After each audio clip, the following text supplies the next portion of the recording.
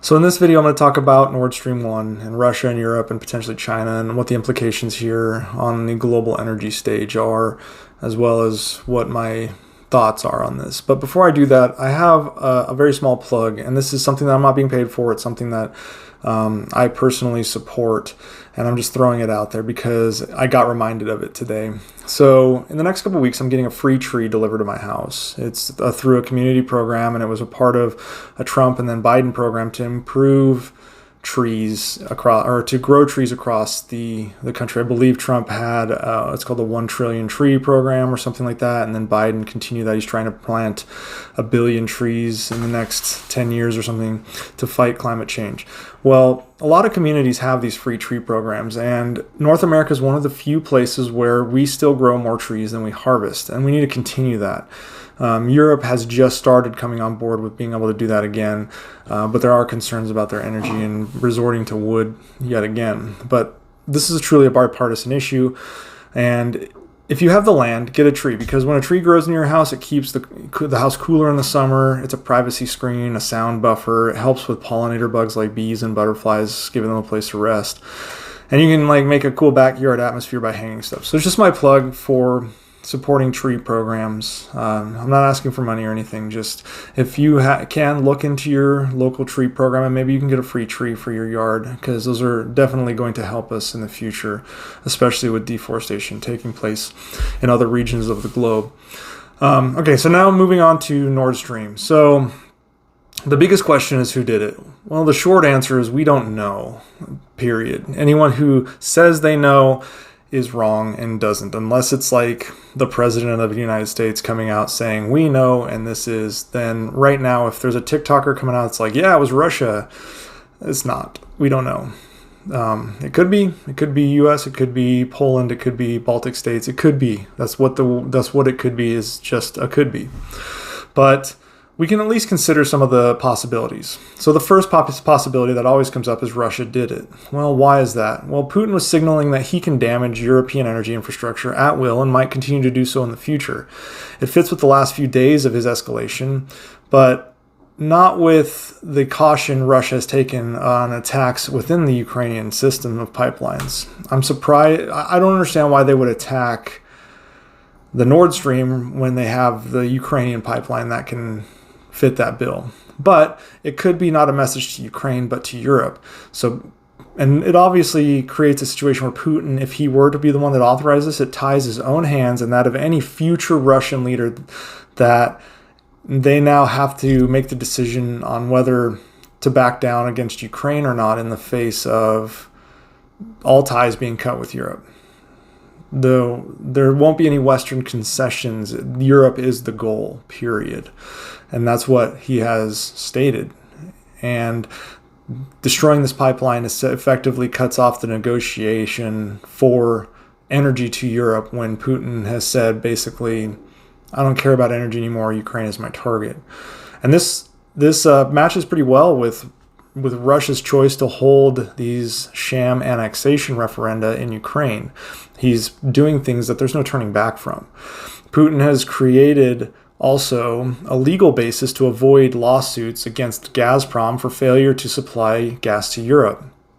So basically, if there's no pipeline, Gazprom doesn't have to fill its contracts. Therefore, they're not going to be held accountable when they weren't going to anyway. That's a very convenient way of stopping the gas while avoiding lawsuits, if you can hide the fact that you did that. Now, the other country that people are talking about is the US did it, which I'm highly doubtful of, because it would be seen as the US not only acting against Russia, but European states such as Germany. However, that being said, no one would really respond to the US if they did it, nor would anyone actually know. Although veiled threats against Nord Stream 2 were made by the US early on in the war, this affects Nord Stream 1. The US definitely has an interest in Europe moving away from Russian gas, but that was already in motion. Damaging Nord Stream 1 was not going to change that, and if the European countries determined that it was the US, then such damage or sabotage could actually backfire and push countries more towards Russia. So I don't think it was the US. Now, number 3, we have Poland or Baltic states. And again, These states are the most committed to the war and want to undermine Germany's influence, but the backlash would be massive. Germany would essentially cease supporting Ukraine, and they don't want that. They want all the support they can get from Western countries. So, again, you'd have to figure out if it was them, the Baltic states or Poland that did it. It wouldn't be very hard to do this. So that pipeline only sits like 40 meters underwater. And there's no really way to determine. So, in my opinion, and again, this is opinion, Russia is the most likely scenario.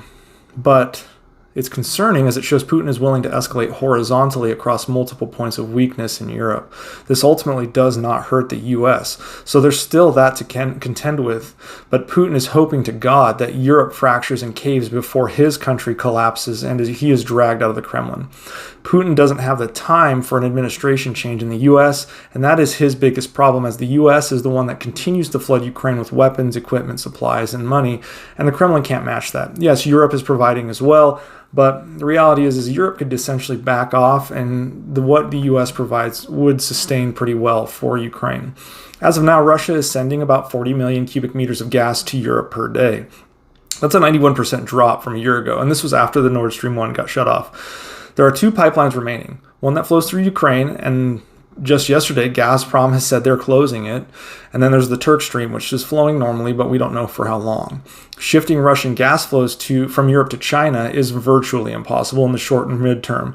Russian natural gas or liquid natural gas processing infrastructure capable of serving China is not there. Neither is pipeline infrastructure. Natural gas cannot simply be transported as easily as oil, coal, or other fossil fuels. There are 2 ways to move large amounts of natural gas. The first is through a network of gas pipelines. The second is by using natural gas liquefaction plants to turn it into liquefied natural gas, which can be then transported by specially designed liquefied natural gas carriers or ships. Both of these require large amounts of complicated and expensive infrastructure to be in place, and it's just not there for Russia.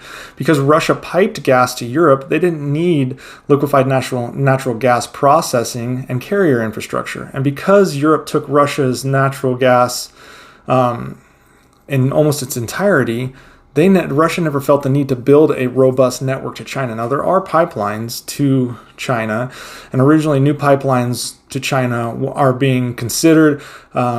Construction on one was supposed to start in 2024 and estimated to be completed by 2030. That's too late for Russia at this point. And even those dates are ambitious now because due to sanctions and Western oil infrastructure companies such as Halliburton or Schlumberger went home and took their knowledge and their high-skilled workers with them. This is going to set Russia back years.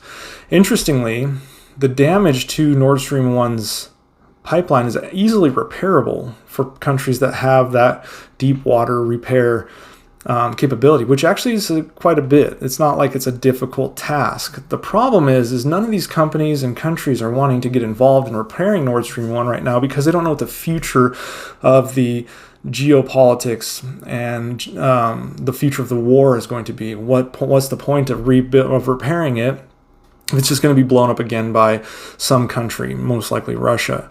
What'll happen and what Russia might hope for is it gets repaired and then they do it again just to keep hammering into this idea that they are in control of the energy and they have the energy Europe needs. When in reality, Europe is starting to finally come around. Now, this winter they're set up. What the problem when it comes for Europe is when they push through summer and then when they come out on the backside to try to do another winter. With that limited supply from Russia, they have time, but in that time they have to work quickly to build up infrastructure to pull in their energy needs from countries like Algeria or Azerbaijan or the other places in the Middle East and the US/Canada. So no repairs are going to happen on Nord Stream 1 until companies and people figure out the future of Berlin-Moscow relations, which right now are obviously atrocious. So that's all I have for today. Remember, everyone, please buy trees and plant them, and then we can try to not have to deal with Russian natural gas as much when your tree is providing for a better future on the climate stage. So anyways, that's all I have for today. Have a good rest of your day, everyone.